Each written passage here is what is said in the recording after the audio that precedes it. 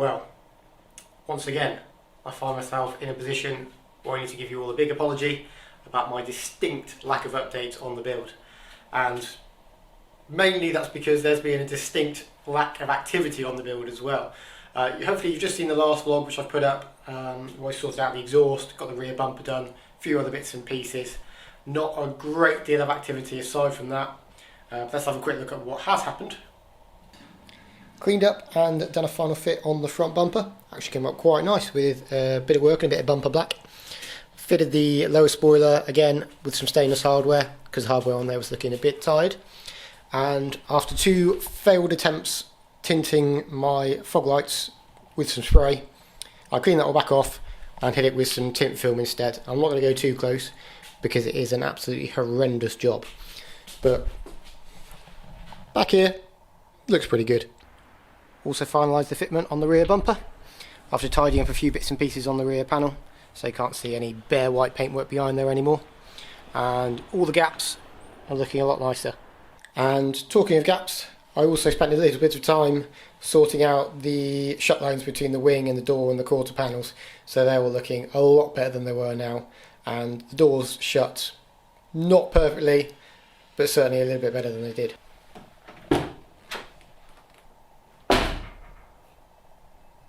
I know you can't see it, so you just have to take my word for it, but I wired in the rear fog lamp to this cluster here, just where the reverse lamp was, just with a red bulb.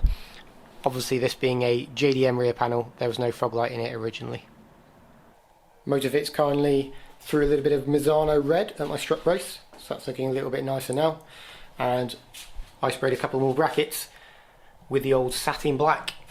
Finalised the routing and the throttle cable as well with the little nipple from Genvi, so that works a treat. Wiper blade's got the satin black treatment as well. Get rid of all the crusty flakiness that was there before. I routed the washer hose down inside the inner wing, so it's all hidden alongside the wiring loom in there. And I also cleaned up the casings on my headlamps as they were looking absolutely horrendous compared to how clean everything else is. So little jobs, but all come together to make it look even better than it did before.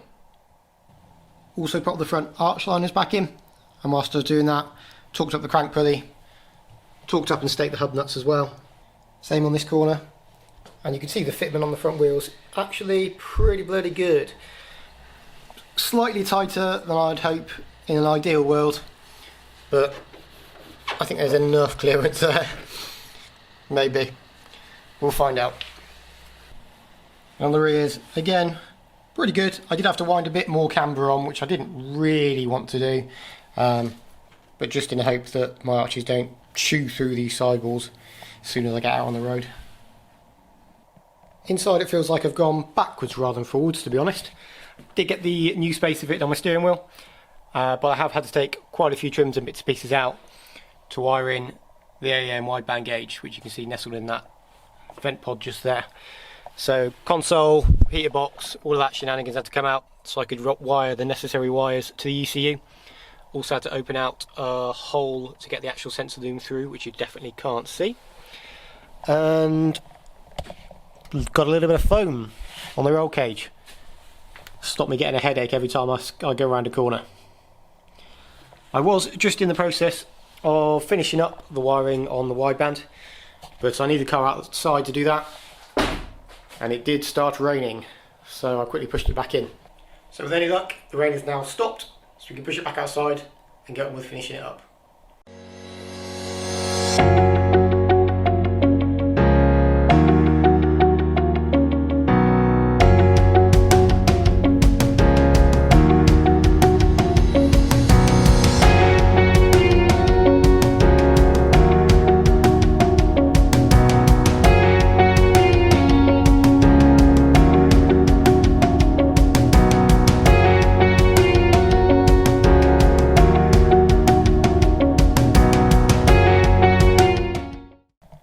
Well, the interior is all back together now, bar a couple of screws.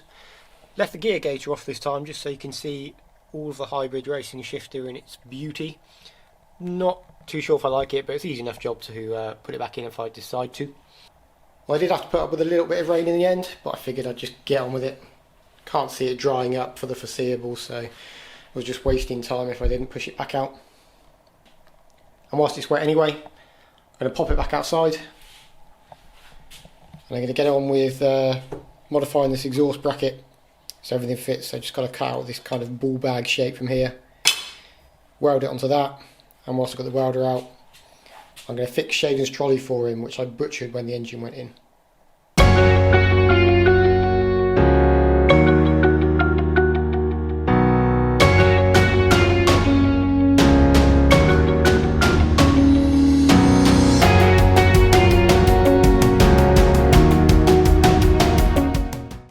That's the testicles added to the exhaust bracket. Again, excuse the welding, I know my welding is not the best, but hopefully it should hold. Just need to get under the car now and just mark out where I need to drill the hole. Drill the hole, bolt it, give it some paint first, then bolt it up. Job's a good one. And Shaden's trolley is all sorted again now. Kind of being muddled as a microfiber store at the moment, ready for whenever he wants to collect it. One completed, and here is the shiny exhaust manifold bracket. So just need to get the car back in the air and pop that on. And then I'm going to fit a couple of new V-belts for the alternator and for the PAS pump, because the ones that came off are rather crusty and splitting, so I'm not going to put them back on.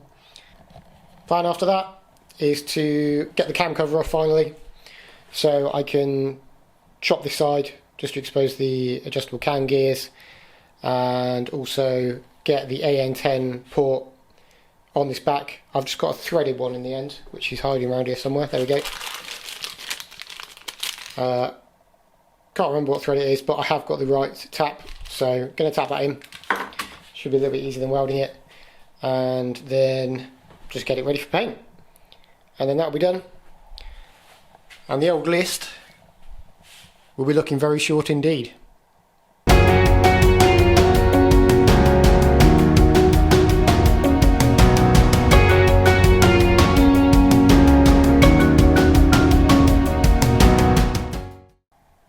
That's the aux belts fitted and tensioned up. I've just whipped the cam cover off. See some lovely Skunk 2 cams in there. Skunk 2 valve springs and retainers. Skunk 2 pulleys.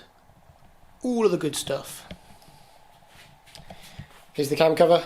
So I just need to drill the rivets out on the baffles so I can thread in the AN fitting. And obviously chop this side down so I can get to the cam pulleys and just prep it up.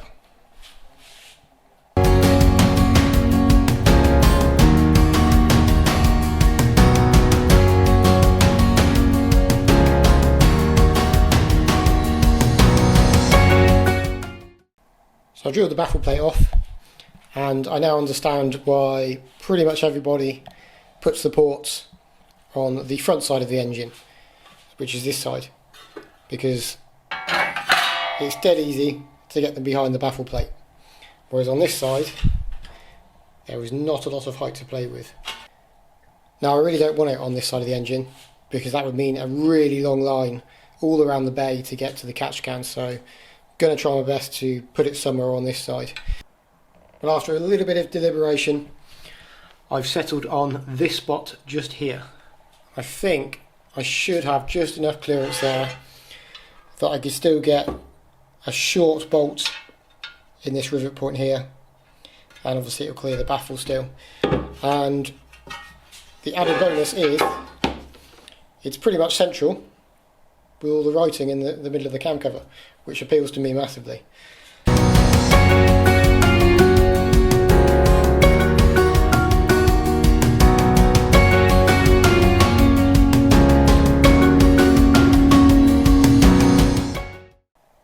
Well, as you may be able to tell from that short time lapse, that was an absolute pain in the bottom. Started off okay, made a nice little jig to get the drills nice and straight, but it turned out a lot of my larger size drills were blunt as buggery. So it took an absolute age to get through. Ended up finishing it off with the Dremel as well. But it went in pretty much exactly where I wanted it to. I reckon I could just about get a little bolt in there where that rivet was.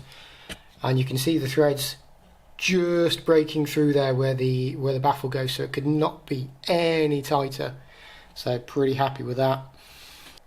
So the next job then is to drill and tap every single one of these rivets, which is going to take the rest of my life, I reckon. I start today on a little bit of a downer, for a couple of reasons really. Number one, I did get all of the rivets drilled out and threaded, didn't film it because it's fairly boring. Unfortunately,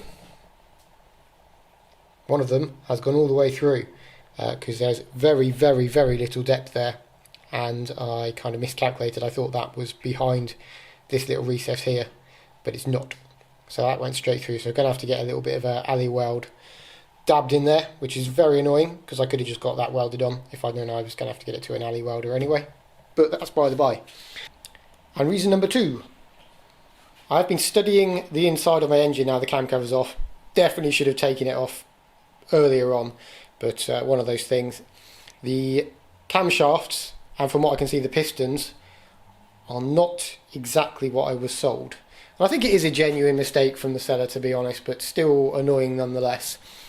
Cams are Skunk 2 Tuner 2s as opposed to Pro 2s, which is now going to be the limiting factor on the power and the revs that this thing can produce. With the ITBs, it really does want the Pros to make the most out of the build. The pistons, they are actually, from what I can tell, a similar spec to what I thought they were, so they shouldn't have any real negative factors on the power or anything that it makes. It's just the reliability thing gets brought into question because they are a lesser brand, so obviously they are more liable to failure over the other top brand of pistons. I did think they were Wiseco's, but they are certainly not. However, still things to be doing. I need to chop the side of the cam covers, which we're going to do now, and then just prep it up for paint. So let's get started on that.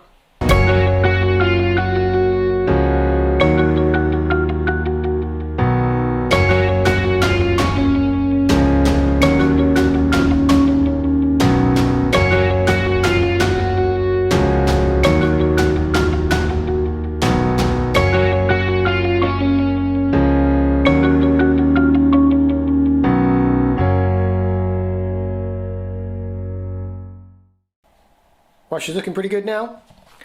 I've decided to flat off the areas of writing and the H logo here on the top of the cam cover, mainly because this H logo was so thin, I think it's been messed around with a couple of times before, that there was no way I was going to be able to flat that back to bare aluminium without damaging the rest of the cam cover. So I got rid of that. I've seen it done on a few cam covers before.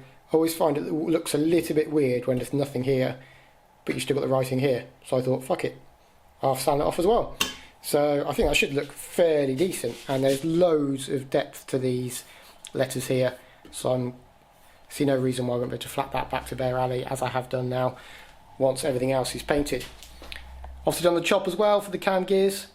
That came out quite nice and smooth around there as well, and obviously we've seen that we've got the AN10 port threaded in there. And underneath, I've cleaned up all the faces where it needs to be rebonded, where the baffle goes. Obviously all of these are tapped and threaded. I also took the stop breather out and threaded in an M10 bolt there, which I then cut off and flatted back. So that's all gone now. Looks a little bit better than just putting a sleeve over the top of it. And I finish off by making the last braided hose that runs from my new breather port on the cam cover to the catch can over there. So that is now the engine officially plumbed. And that's your lot for this episode. Next time I really ought to be getting on with the bonnet and the boot, which I've been putting off for ages. Although I am picking up a boot lid spoiler tomorrow, and it's not necessarily a direct fit because you know, I love making work for myself. So I'm going to try and get that sorted before I re-lacquer the boot. Can at least be getting on with the bonnet. Obviously need to chuck some paint at the new cam cover, or the finished cam cover, and then make a nice cover for the HT leads out of a bit of aluminium. And then we really will be running out of things to do, aside from chucking some fluids in it and putting on a base map. Of course, that is unless I find anything else to be getting on with, which is probable. But anyway, I'll see you then.